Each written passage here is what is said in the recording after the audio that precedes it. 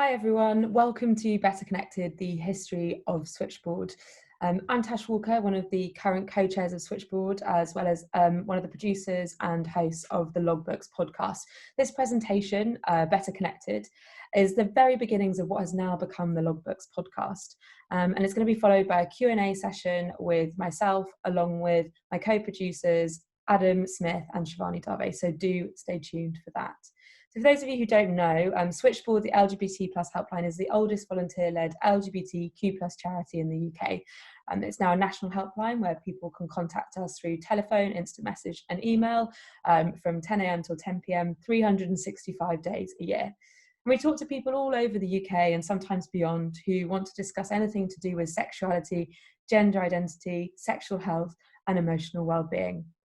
And before I begin this presentation, I'd just like to let everyone know that the content it includes uses of violent and sexual language, covering areas of assault, hate crimes, suicidal thoughts, death and loss, as well as archaic language. So if any of you feel like you may be triggered by any of the content, then please take time as and when you need it.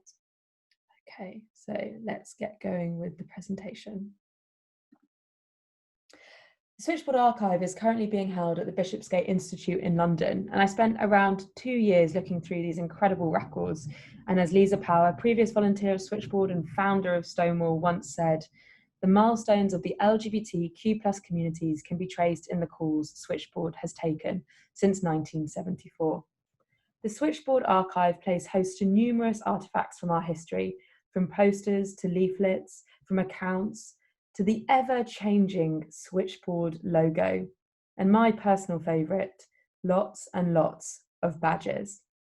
But most importantly, it includes our logbooks. So here's a picture of our very first logbook, which started in our very first month back in March 1974. This presentation will focus on the Switchboard's logbooks, a functional written record of the calls taken by our volunteers, which now, through the work we have done in opening the archive, can be seen as a unique chronological retelling of LGBTQIA plus history, experiences and attitudes from inside and outside of the communities throughout our 46 years. There's such a wealth of information stored within these logbooks, as it's a really, really difficult task to choose the extracts, if any, that we're going to show you today. But I hope this gives you, at the very least, a taste of what historical treasures the logbooks contain. So let's start when it all began in the 70s. So Switchboard began on the 4th of March 1974 in the basement of Houseman's Bookshop on Caledonian Road, King's Cross, London. It started in response to a call to organise a helpline by the Gay Liberation Front and Gay News, who were receiving an ever-increasing number of calls to their offices. Just over a year later, due to such an increase in demand, in May 1975, Switchboard began to operate 24 hours a day, 7 days a week. When it started, it was, as it still is today, a first point of call for many needing support, as you can see here. A guy who has been married for 16 years and is gay rang to ask for advice, as he thinks his wife is also gay. He has 2 kids, one of 15 and one of 10, and needed to talk with someone. But it was also a source of vital information for many callers, giving the inside knowledge on the scene. Here, a breakdown of the hanky code. You can see it's separated into 2 columns, dependent on where you had the hanky. Left hip pocket, butch and sadistic, and the right hip pocket, passive and masochistic. Second down, you've got blue, on the left a fucker, on the right, put your heels on his shoulders. Black, on the left a whipper, on the right, what else, a whippy. And my personal favourite, puce, which is sort of midway down. Worn on the left hip pocket, was unlimited but wants to discuss pre-Columbian art first, and on the right, looking for a discussion on pre-Columbian art. Now, during this time, Switchboard volunteers also informed callers on what to do in the event of homophobic attacks. This entry here reads, I had a call requiring legal advice. A girl had been beaten up by the police. For future reference, the solicitor suggested, 1. The person who had been beaten up should see a doctor immediately upon release so that a written report could be made of bruises, etc. Go to a private doctor, as national health doctors are rarely helpful. 2. Get photos taken of the bruises, etc. and have them taken in the presence of the solicitor or doctor or signed by them. Always plead not guilty and reserve your defence, unless your solicitor is present, in which case, leave it to him. The volunteers also received information about meetings and in turn informed the callers. Here, a record of a Lesbians Unite meeting. And Switchboard also operated a much needed accommodation service, helping those in crisis who had lost their home. This second entry here: if caller from Peckham calls, can you please accept reverse charges? She has been chucked out of home by dad and has no money, clothes, etc. She wants a friendly voice and some advice about emergency accommodation. And the last entry that you can see here, sort of general sentiments of the time. Fuck society for twisting people. Transsexual call. One of the most prominent types of entries in the logbooks throughout the 70s are in reference to the countless police raids. There are numerous records from callers during informing Switchboard about police raids, like this first one here, Bolton's raid. Caller complained to MP and police. All customers and staff searched, seemingly calculated to be as humiliating as possible. For drugs? A policeman's finger in your anus? Police used fuck off frequently. Manager was handcuffed to bar. Police removed everyone's drink. The logbooks also shows reports of undercover police officers infiltrating venues, such as this extract in 78. 2 incidents reported to me last night of police arrests, one outside of the Coleherne at 1:10 a.m. 2 police officers in plain clothes physically carried someone into a waiting taxi, which sped off at fast speed. The other, which is more disturbing, was a plainclothes police officer in Tricky Dickie's disco. The person who called me stated that he went outside with the policeman and went down a back alley. As soon as he started undoing his fly, a police car turned up and carted him off to Cannon Row police station, where they stripped him and forced him to a medical examination. As well as being informed of police raids that had taken place, Switchboard also received calls tipping the volunteers off about impending attacks.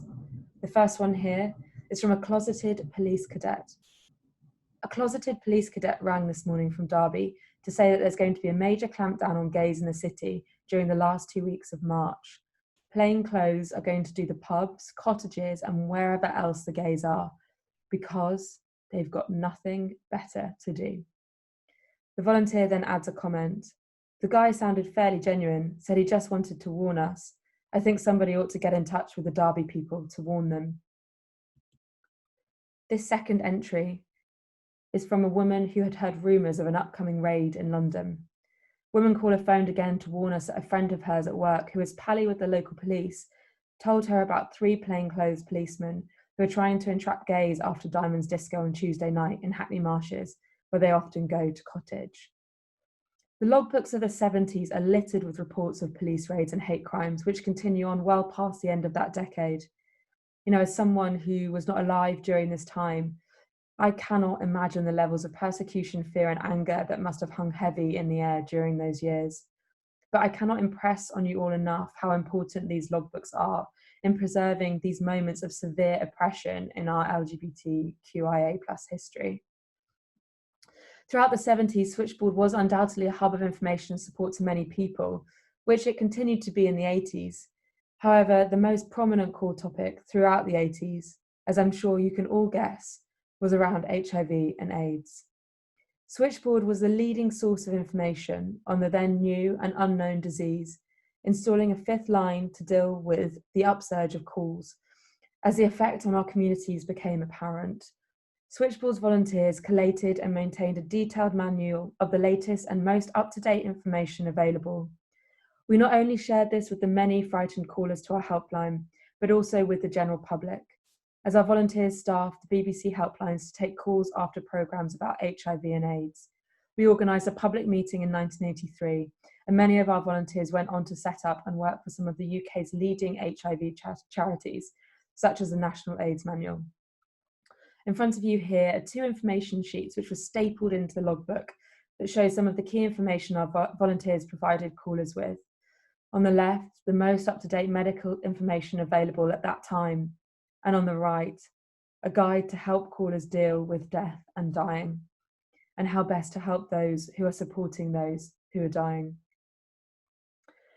Many of you will remember this campaign by the government in 1987, AIDS, don't die of ignorance.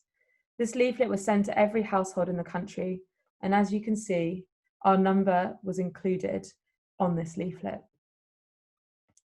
Needless to say, Switchboard was overwhelmed with calls. Throughout these years, the logbooks contain countless entries from frightened, confused, angry, and heartbroken people for themselves, their lovers, their friends and families, but also for the community. You know, throughout this time, Switchboard's volunteers were not only supporting the callers, but also each other. I've decided to highlight only one entry from this time, which is from a volunteer in memory of another volunteer, which I'm going to read some extracts from now. Some volunteers will remember Martin Fright, the bear. I was devastated to hear last week that he had died of AIDS in Paris on the previous Saturday night. He and I were each other's first gay lovers. We met almost exactly 10 years ago in those heady and uncomplicated days of the gay liberation, which is why I'm writing this. I feel too that his work for Switchboard should be remembered. He was a volunteer in 1977 and 1978 and threw himself wholeheartedly into work for Training Group and Development Group, as it then was. Those of us who knew him will remember and miss his energy, humour, and caring intelligence. Certainly, he was responsible for encouraging me to join Switchboard, and several others too, I think. On the phones and in meetings, he was marvellously charming and warm to individuals. He was also good at resisting bureaucracies and impressive institutions in all walks of life. He had a passionate sense of justice, humorous joie de vivre, and was wonderfully internationalist. Another prominent event in the 80s and in LGBTQ+ history was that of Section 28, or Clause 28, an amendment which was enacted on the 24th of May 1988, stating that a local authority, and I quote, shall not intentionally promote homosexuality or publish material with the intention of promoting homosexuality, or promote the teaching in any maintained school of the acceptability of homosexuality as a pretended family relationship. Throughout the 80s and early 90s, Switchboard received questions on the impact of the amendment, as you can see here. A caller from East London wanting to know legal impact of Clause 28 on starting a new lesbian-gay restaurant there. Encouraged, adds the volunteer. Volunteers also provided information on protests and rallies and where to source the must-have t-shirts of the time. Caller rang wanting to know where she can buy a Stop the Clause t-shirt. But most importantly, our volunteers were able to support those in need and directly affected by Section 28 throughout the years until it was repealed in September 2003. This extract here is taken from 2002, just before it was repealed. Call via Get Connected. 15-year-old male, school found out was gay and informed parents who are fundamental Christians and now verbally abusing him and making him feel suicidal. Many issues in call: lack of access to support, lack of resources, money, etc. to contract services. School very unsupportive, citing Section 28 as a barrier to tackling abuse. As you can see, as well as Section 28, this caller is also suffering the consequences of other homophobic attitudes, the echoes of which we are still hearing from in some of the calls we take today at Switchboard. The next seminal event I have chosen to focus on is that of the Admiral Duncan bombings in 1999. This is where a nail bomb exploded, killing 3 people and wounding around 70. The bomb was the third to be planted by a neo-Nazi, David Copeland, in an attempt to stir up ethnic and homophobic tensions at the time. 30th of April, most recently, marked the 20th anniversary of this tragic event last year. At 9:30 p.m. on that very evening, one of our volunteers made the following entry, which I'm going to read some extracts from now. A bomb exploded in the Admiral Duncan pub in Old Compton Street 3 hours ago. So far, we do not really know exactly what has happened. We have heard carrying reports that 2, 3, or 7 people have been killed and about 40 injured. Many people, including some of those here present, are worried about friends of theirs who may well have been in the area this evening. Then at the bottom it notes calls from John Peel, Gays Against the Nazi, and a Jewish gay man from Israel, who all phoned to offer their support. In the following months, Switchboard's volunteers not only answered hundreds of calls from concerned friends and relatives, but also helped many people deal with the after effects of the attack. But what is also recorded in the logbooks are the vocal levels of hatred towards the LGBTQ plus communities at that time. Just 7 days after the bombing, here we see an entry from one of our volunteers reporting an abusive call. An awful man called and ranted at me down the phone for a good minute, telling me how sick I was and how we, as community, my word, deserve this. 2 days after this, another caller tells us of the increased homophobia they have received since the bombing. Caller from Stockwell reports constant homophobic abuse from a gang of youths ever since the bombing. Police apparently not taking case seriously, and caller is in constant state of fear and spoke to me in a highly panicked state. Gang is constantly attacking his flat, and he is in a state of siege. As well as dealing with these incredible seminal landmarks throughout the calls Switchboard's volunteers have taken, the logbooks were also a mode of communication for our volunteers, and from that, we have certainly learnt a lot. A great feminist statement here. A woman without a man is like a fish without a bicycle. What do you get if you cross a vibrator with a tortoise? An armadillo. And also Camp, the exciting new board game for gays. As you can see here, it's advertised as visiting the party or the sauna, having an affair or an orgy, go to the pub, or even land up at the clinic, which from memory of the logbooks, I think you could purchase directly from a volunteer with a whopping saving of 70p. But it is important to recognise how well the logbooks capture votes of confidence and notes of thanks. You know, being a confidential and often anonymous service means that unless someone contacts us again, we really might never know what happens after the point we put the phone down. So here is a handwritten note addressed to the volunteers, which I found in a pile of switchboard papers. Dear switchboard volunteers, please find enclosed a few bob to help with the calls. I wish it was more, but perhaps next year with luck, I will be able to send something bigger. It's been a very bad year for me, and your support has been invaluable, as I'm sure it is for all your other callers. In case you've ever questioned the usefulness of the organisation, I can assure you it does matter. It makes a big difference. I hope you all have a magic Christmas and New Year, with many thanks and much love. And it wasn't unheard of for the volunteers to get the occasional Valentine as well. Here from Thomas in Folkestone. Roses are red, violets are blue. Some like Brighton, Bristol, I like you. Sitting there, hours on end, helping those who cannot fend for themselves in this cold land, giving them a helping hand. Voices soft, assuring, warm, make us feel so safe from harm. Information gay galore, with all that talent you're bound to score. Roses are red, violets are blue. Some like gay news, I like you. These excerpts I've shown you today and the many more contained in the archive allow us an uncensored insight into the lived experiences and societal attitudes of those in and around the LGBTQIA+ communities from 1974 to 2003. They're a written record, a diary with all its ups and downs of our history. But above all, the most pertinent thing that has stood out to me whilst looking through the logbooks is the consistent themes of the support calls. Despite the changes in legislation, the changes in societal and cultural attitudes, the changes within the LGBTQ+ communities, the phone calls for support have remained consistent. Here are 3 extracts from 1975 to 1988 to 2003, each from a person questioning their identity with themes of shame, confusion, and loneliness. Themes which remain constant in the calls we take today. 46 years after that very first logbook, Switchboard is still here, and we're still providing those calm words when needed most. Thank you.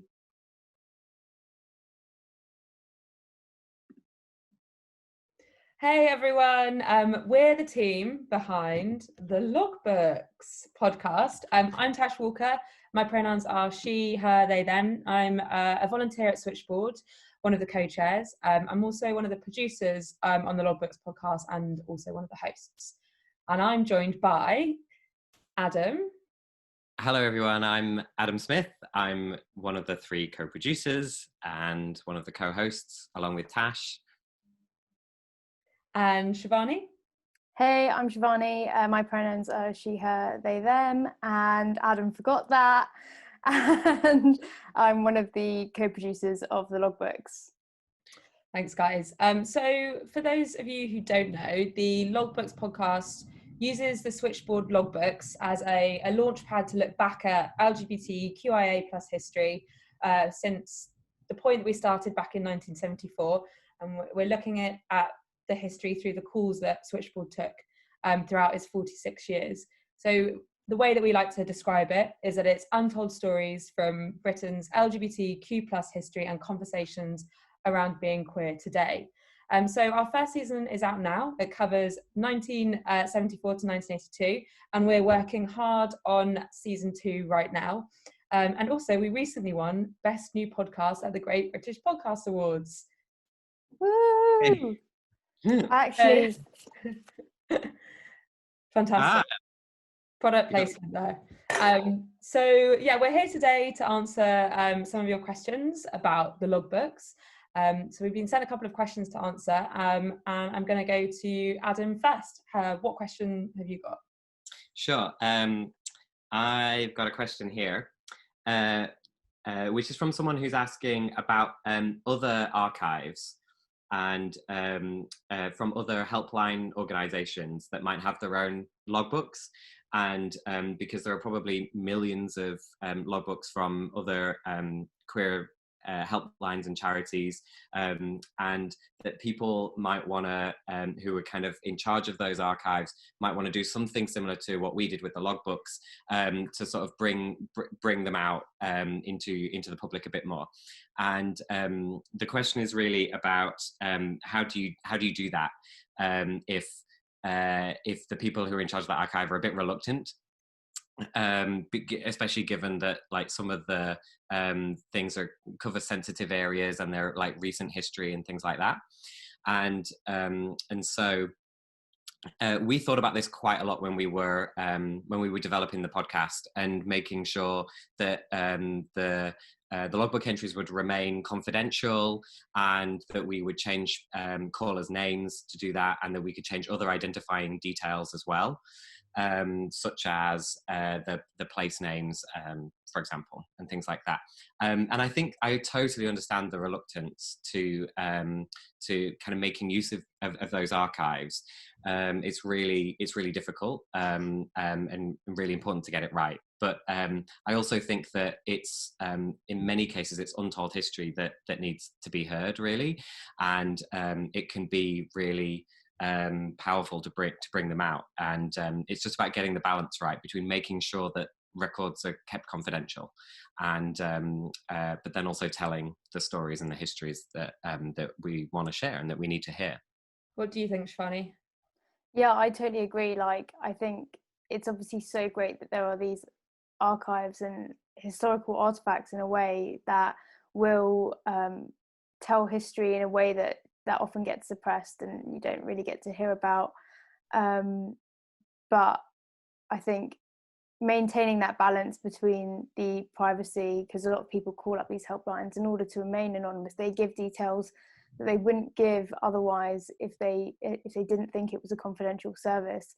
So I think it's really important to maintain that trust, but also these are areas of history that never get explored, you know, in the mainstream, and we never get told about. And it's really important to A, know that they're there, and B, know how to find them and sort of share those stories and bring them into more of the understanding about what we have of our culture today.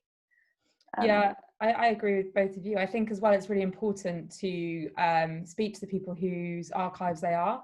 So the local authorities, the helplines, whoever is the holder of those archives, and talk to them about what their concerns are, and work together on how you can mitigate those concerns, because these are really valid concerns. They are confidential notes and records. You know, we can remove and change identifying details and names, which we do consistently throughout the Logbooks podcast. And that's actually one of the core principles really that we work to. But it's very easy to do that and still keep that power of the memory of the story of the call of our history. And I think it's it's a complicated process, but it's one that if you communicate with all parties involved, that I think you can get to a good place that allows us, like both of you have said, to be able to share those really untold stories. Okay, Shivani, do you have a question that you've got there? I do have a question right here. What made you choose to do a podcast about the logbooks? I sort of fell into doing a podcast about the logbooks. I got a call from Tash one day, and I'd only met Tash or really spoken to Tash once. And Tash said, I'm thinking about doing this podcast. Do you want to get involved? And I was like, yeah, it sounds cool. What do I have to do? And it kind of just went from there. I had previously done a piece for the radio about Switchboard, and just always loved the work that the charity does. And then when I was presented with this opportunity, I sort of just jumped, because it really feels like a way to communicate stories that have never ever been told, and bring to life parts of history that really affect the way that I live my life today, but never get heard about and never get talked about. You know, I've learned so much from doing the podcast, and hopefully the podcast has taught a lot of other people things about our history. That's not just queer history, it's Britain's history, which is Tash's favourite line that I've probably stolen. But for me, that's what it was. It was getting a chance to connect to the history and relay that. What are you guys? Because you guys really like sort of birthed the idea of the logbooks, and I just sort of jumped on the bandwagon. Yeah, we're all about different families though here at the logbooks, aren't we? Adam, do you want to? Yeah, I mean, I would agree with what Shivani said about like why it's important to make this particular podcast. But on top of that, just from my experience, I just heard Tash's presentation about the logbooks and what was in them, and at an event, and just went up to her afterwards and said, I think this is really important, and I think that this belongs in a podcast, because it's about people phoning and people talking and listening, and so that kind of feels like a podcast to me. And so I thought that it would just make it would make a really, really good subject matter for a podcast. Yeah, agreed. I think that you both sort of hit the nail on the head there. You know, the logbooks is the best book I think that we've ever read, and it's calls and it's volunteers talking and listening, and people reaching out and asking and talking and, you know, hearing, and that's a podcast. And it was so important to us that we made this podcast, but that we shared it through the voices, the stories, the memories of people who have lived through this history, who have direct experiences of it. And the podcast format seemed the best way for us to be able to do that. I'm going to give you guys a question now, if that's okay. I have the questions here. This question says, I'm really curious to know what you think future researchers will find most interesting about the logbook entries recorded by Switchboard volunteers today, which I thought was a really good question. I guess I can have a go. What's your answer, Tash? Yeah. What's your answer?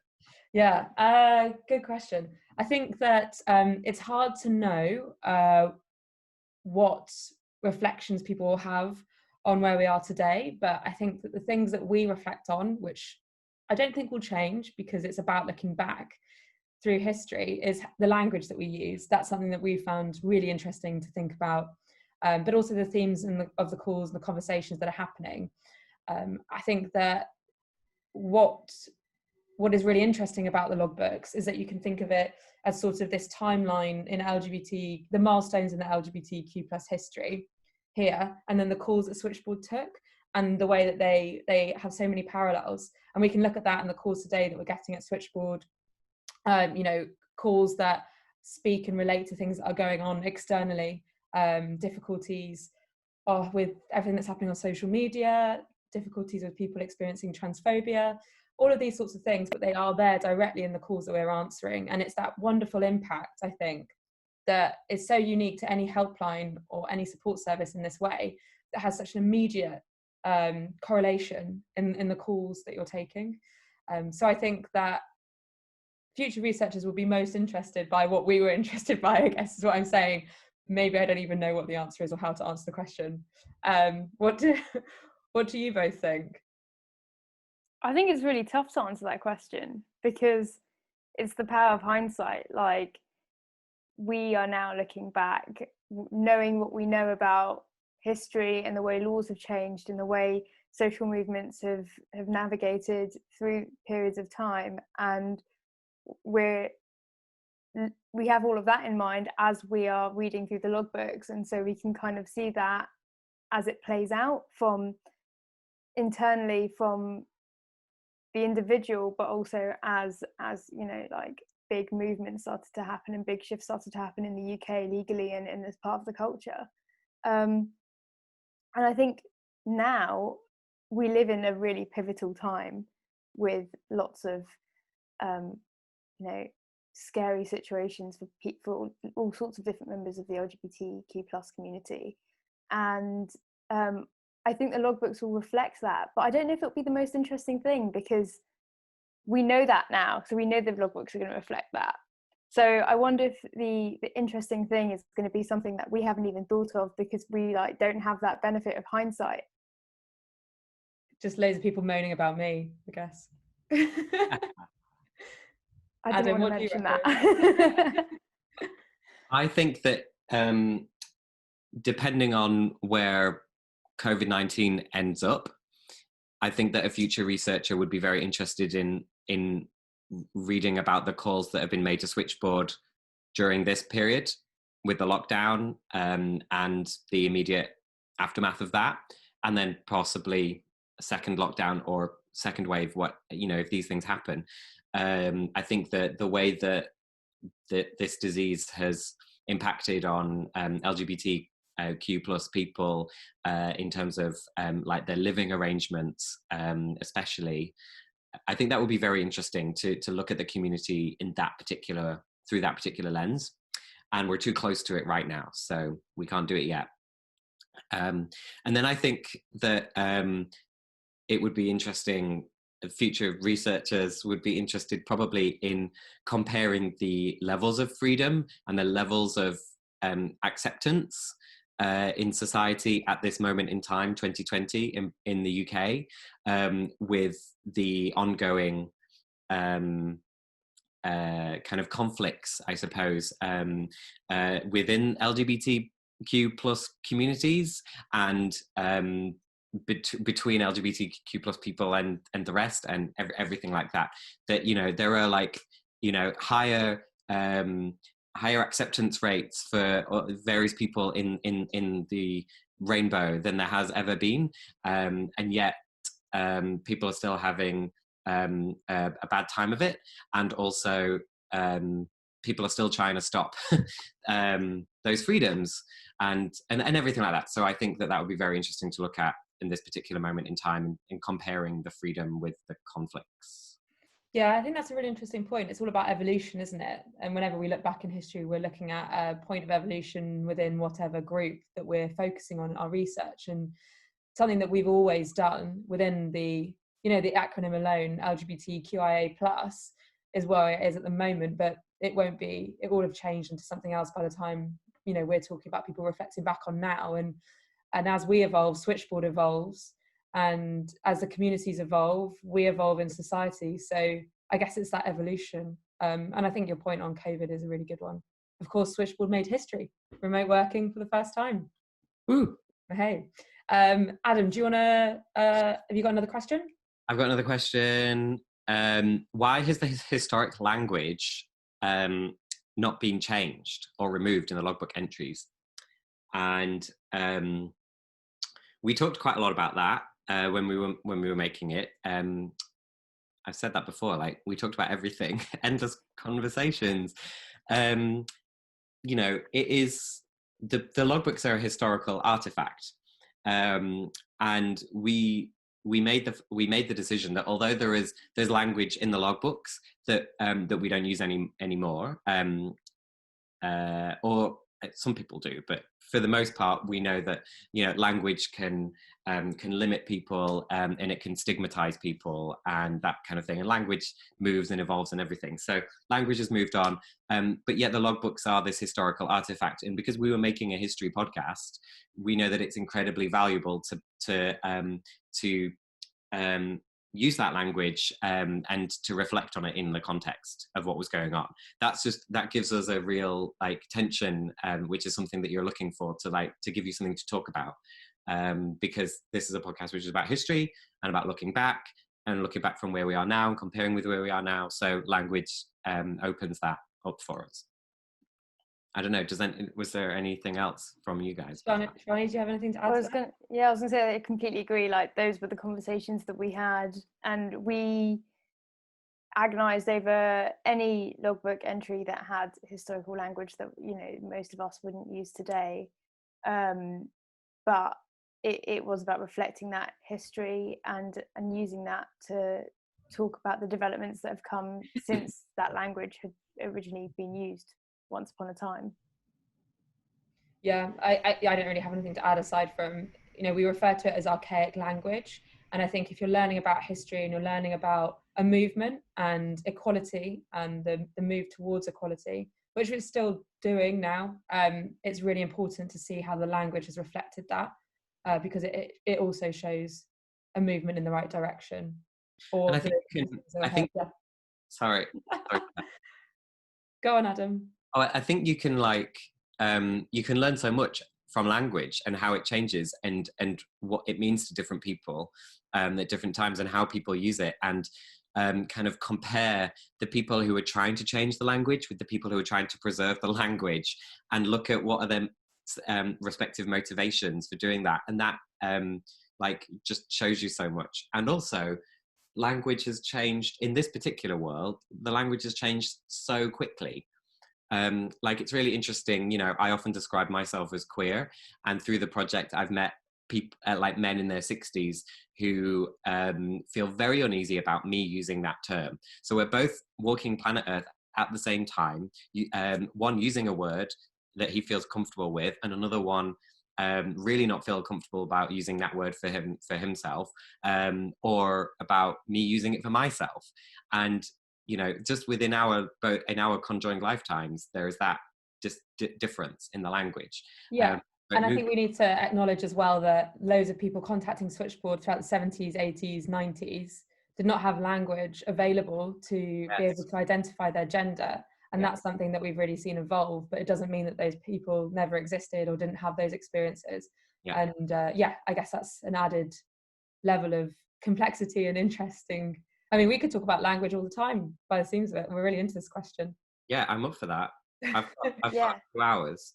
Okay. The Logbook spin-off podcast. Yeah.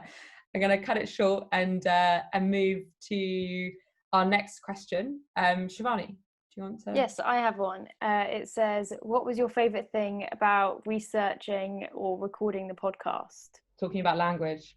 Well, the many discussions we had on language were very good. There's so much. I mean, I can't think of one thing. I mean, I learned so much. It was so valuable to me from a personal perspective that, I feel like, particularly with queer history or LGBTQ plus history, a lot of what I knew was from watching documentaries or, dramatized things on the BBC or whatever. But it all centered around American history, and that was pretty much where I had most of my knowledge. I could tell you more about Stonewall than I could tell you about the, queer rights movements in the UK. But so for me, it was really just learning about the history that has really allowed me to be who I am. But in terms of a specific thing, my favourite thing from season 1, and Tash and Adam, you both know what story I'm going to tell. It's the Lane, who are the best couple, and they met through Switchboard, and they both called up Switchboard and wanted to meet women who like women, and they met up and they've been married for like ever. It's so cute. Well, they've been together because obviously marriage wasn't allowed then, but they've been together for ages, and it's so cute. And they tell this really adorable story about how one of them was wearing a fur coat with a massive handbag and didn't understand lesbian culture of the time. It was great. That's the best isolated bit for me. Thanks, Shivani. Adam, I know you've got thoughts on American queer history versus British history. Yeah, I do, but I would make the same point as Shivani there. So I'll pick a different answer to my favorite thing about making the podcast, and it's meeting people. It's getting to meet some, like absolute legends. Just some, just finding people. Like there's this thrill of like, we contacted people who we knew through various walks of life. We used social media, we used organizations to find people to share their stories with us, and just kind of getting those contacts, and then like someone coming forward, or you finding someone and they say they kind of give you a little teaser about who they are and what they've done or what they've been through or whatever, and then me asking them more questions, and then calling them up, and then having a phone call, and then ending that phone call by saying like, do you know, I'd really like to meet you in person. And it's like dating. I'd really like to meet you in person and like have a proper chat, and like and I'll bring my like recorder and stick a mic in your face, and and like doing an interview. I just love doing that, meeting people and chatting to them, and just letting the recorder collect everything. I think that's my favorite thing. Yeah, I agree with both of you. I'm meeting those people, listening to their stories, like hearing what they have to say in their words. Like it's really powerful. We're doing work on season 2 at the moment, and I don't think I haven't cried in any of the interviews that I've done. And that's because it's such powerful history. These are such powerful memories. And yeah, I completely agree with everything that Adam said and Shivani said. I also think that as well as learning about our history, it's been really interesting to hear stories about what it felt like to be in those moments. That people are really great at creating this atmosphere, creating these. I can sort of imagine, what it tasted like, what it smelled like, what it felt like in the 70s and 80s from the stories that they've told us. But also, I feel really pleased that we've been able to share the memories and the stories of people who are no longer here.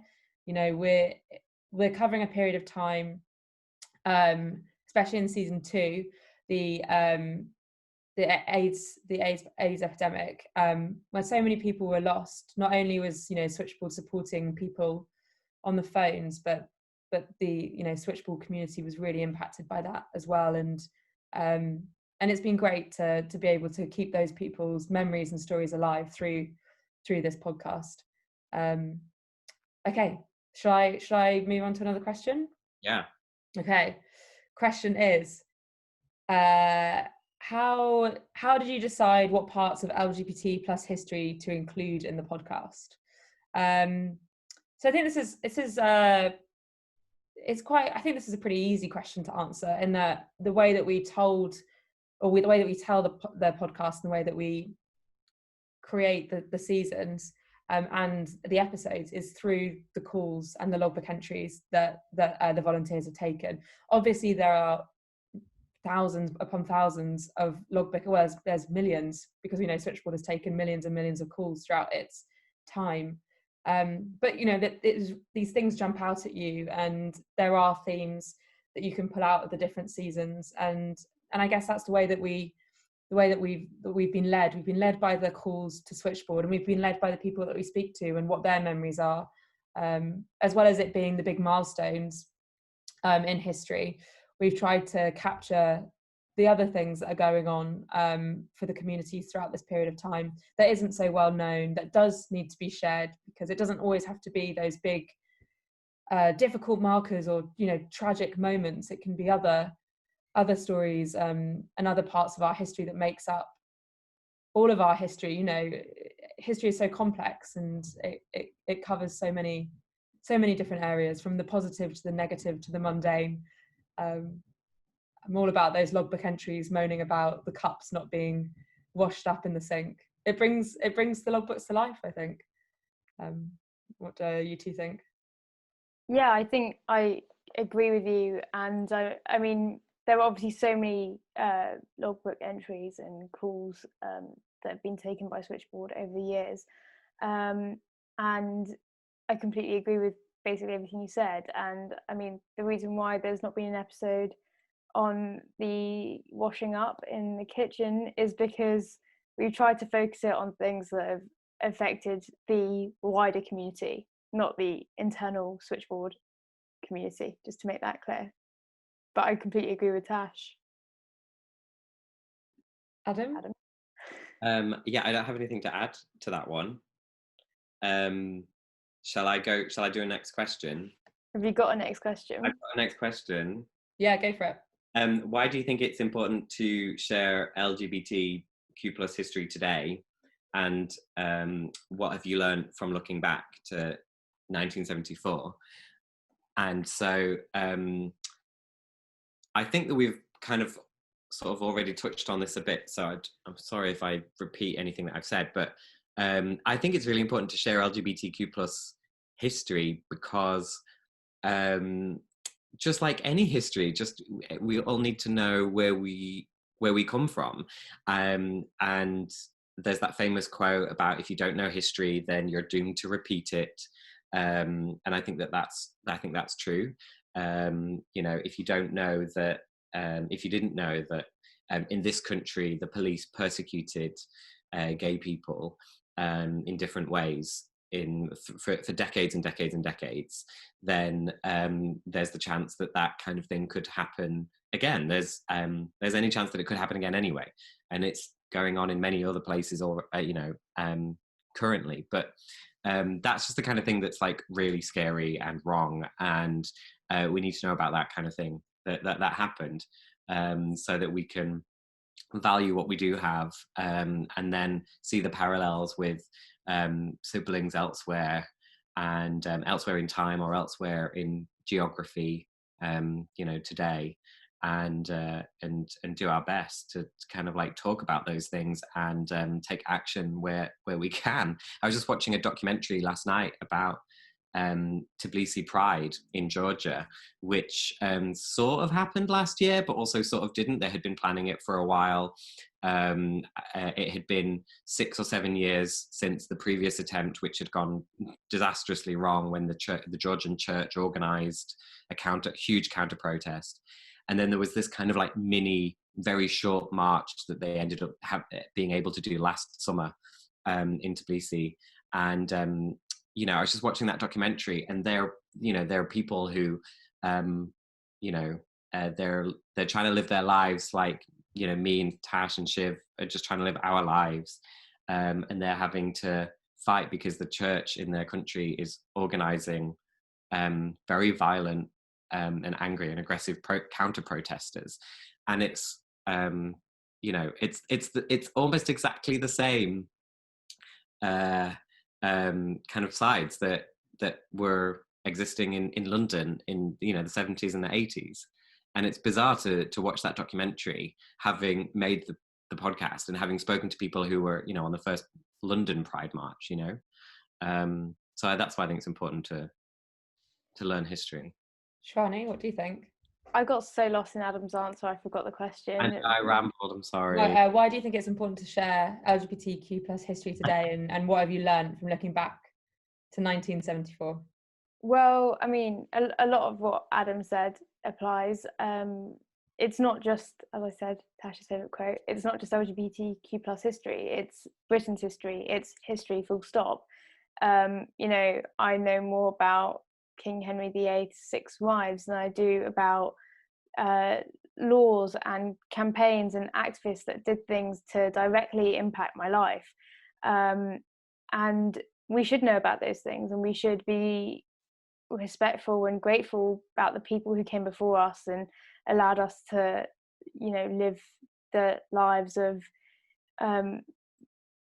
freedom that we have at the moment in this country. And I think it's still a time that a lot of people don't have the same freedoms that we do, whether it's because of social situations in this country, whether it's because they live somewhere else geographically, or for a bunch of different reasons. People don't have the same freedoms that we all do assume to have in the UK. And I think it's important to make sure that we understand where we come from, so that we can make sure all of our siblings are liberated.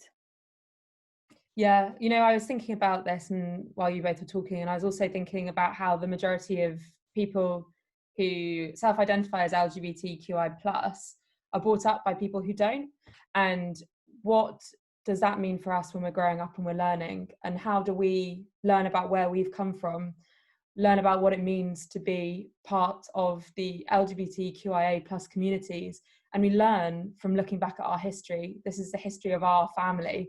And I think that's so powerful. And I completely agree. Like, if we can't look back, see where we've come from, see how well we've done to a point and celebrate that, but then really look at the gaps and how we can all work to better together, so that everyone underneath that umbrella can use their previous experiences, or, you know, the ways that they've been previously prosecuted, to help other members and siblings within the communities who are being still prosecuted today.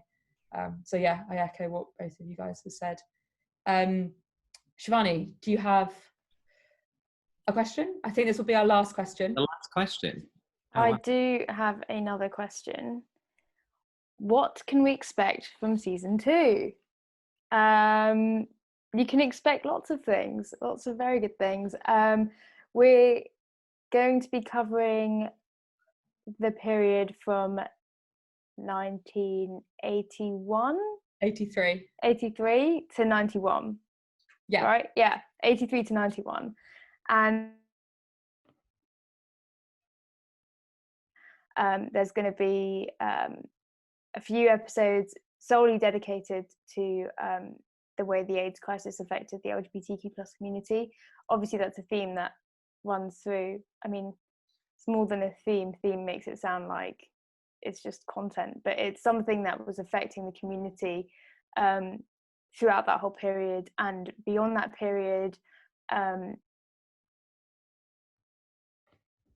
To have a few episodes that are solely dedicated to that, whereas some other episodes might just reference it. Okay, that's good. Should we go to Adam for another spoiler?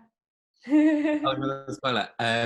Yeah, I think one of the things that I'm kind of like most interested in stories around for this season is around some of the raids that police did on the importation of books and magazines, just because they had gay stuff in them. Like even just like novels by people like Gore Vidal, you know, completely like mainstream gay novelists, and bookshops were raided. The Balham Food Co-op was raided and had its and had some of its materials seized by customs. So I think that that's one of the stories that is going to be really interesting to tell. And there was a musical that was written about this, but was never actually performed. So we've got a little story about that. And a bonus episode where Adam and I performed that musical. When yeah. Yeah. Yeah, season 2 is jam-packed. On top of those things that Adam and Shivani mentioned, we're going to be looking at Section 28.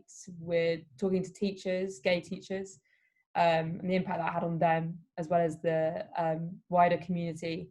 A bit about lesbian strength marches, and of course, something that allows us to deal with everything that has, you know, both happens to us now, collectively as a community, but also historically, and that's humour. And that's something that I think is really important to reflect on in our history. So yeah, no more spoilers. You just have to tune in. And actually, if anyone watching this today hasn't come across the logbooks before, how can they listen to the logbooks, Shivani? Everywhere. That's what it's called. That's the logo. That's what you can look out for. You can get it anywhere you get any good podcasts. Spotify, Acast, Apple Podcasts, everywhere. And Adam, what is our website if people wanted to read a bit more or get in touch? Oh, the website is www.thelogbooks.org, and it's I hope you think it's wonderful. Adam, you forgot to do https colon dash colon slash. And if anyone has any more questions or want to get in touch, what is the email? In unison, Adam and Shivani. Okay. Wait, count down. 3, 2, 1. Hello at the logbooks.org. Hello at the logbooks.org.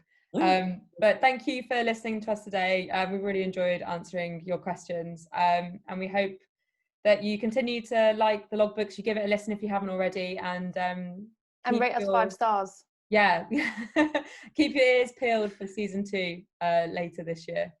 Thank you guys. Bye.